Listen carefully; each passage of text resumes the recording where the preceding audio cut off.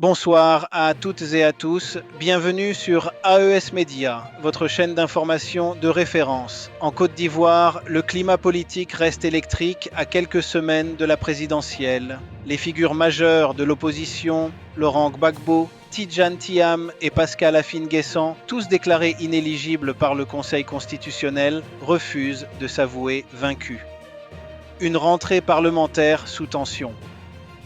Ce 1er octobre, la solennelle rentrée du Parlement ivoirien aurait dû marquer un moment d'unité nationale. Mais dès les premières minutes, le ton est donné. Le président de l'Assemblée nationale, Adama Bictogo, appelle à la responsabilité des élus et à la stabilité du pays dans un hémicycle tendu. Car en toile de fond, la décision du Conseil constitutionnel, qui a écarté plusieurs figures emblématiques de la vie politique, continue de diviser profondément la nation. Des candidatures invalidées, mais pas effacées. Parmi les exclus, Laurent Gbagbo, ancien chef d'État et président du Parti des peuples africains, Côte d'Ivoire, PPACI. Tidjane Thiam, figure du Parti démocratique de Côte d'Ivoire, PDCI. Et Pascal Afine-Guessant, président du Front populaire ivoirien, FPIA.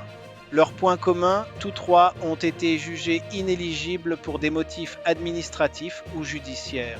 Mais leurs partis respectifs dénoncent une manœuvre politique destinée à verrouiller la compétition au profit du pouvoir en place. Un appel à la mobilisation populaire. Loin de se résigner, l'opposition appelle désormais à une grande manifestation nationale le 11 octobre. Objectif: exiger la réintégration de leurs candidats et dénoncer ce qu'ils qualifient de confiscation du processus électoral. Laurent Gbagbo, fidèle à son ton combatif, a déclaré depuis Abidjan « On peut nous écarter d'une liste, mais on ne peut pas nous effacer du cœur du peuple ivoirien ». De son côté, Tidjane Thiam, soutenu par une partie du PDCI, prône une mobilisation pacifique et un recours juridique auprès de la Cour africaine des droits de l'homme. Le pouvoir appelle au calme. Face à cette montée de tension, le gouvernement d'Alassane Ouattara tente d'apaiser la situation.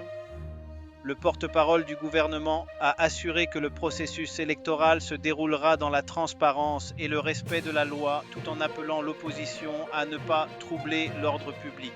Mais dans les rues d'Abidjan, de Yamoussoukro ou de Daloa, la colère gronde déjà parmi les partisans des candidats écartés. Un enjeu démocratique majeur. Cette crise pose une question fondamentale. La Côte d'Ivoire est-elle prête à une alternance pacifique du pouvoir ? L'exclusion de figures historiques de la vie politique fait craindre une nouvelle fracture nationale, alors que le pays tente de tourner la page des crises post-électorales de 2010 et 2020. Les observateurs internationaux, quant à eux, appellent à la transparence, au dialogue et à la cohésion nationale pour éviter tout dérapage. À quelques semaines du scrutin, rien n'est joué. L'opposition ivoirienne, bien que blessée, n'a pas dit son dernier mot. Et dans un pays où chaque élection réveille les cicatrices du passé, la question demeure. La démocratie ivoirienne résistera-t-elle à cette nouvelle épreuve ? Prince de Kafana, AES Média. Merci de nous avoir suivis. N'oubliez pas de vous abonner, de liker et de partager cette vidéo pour soutenir le journalisme indépendant africain.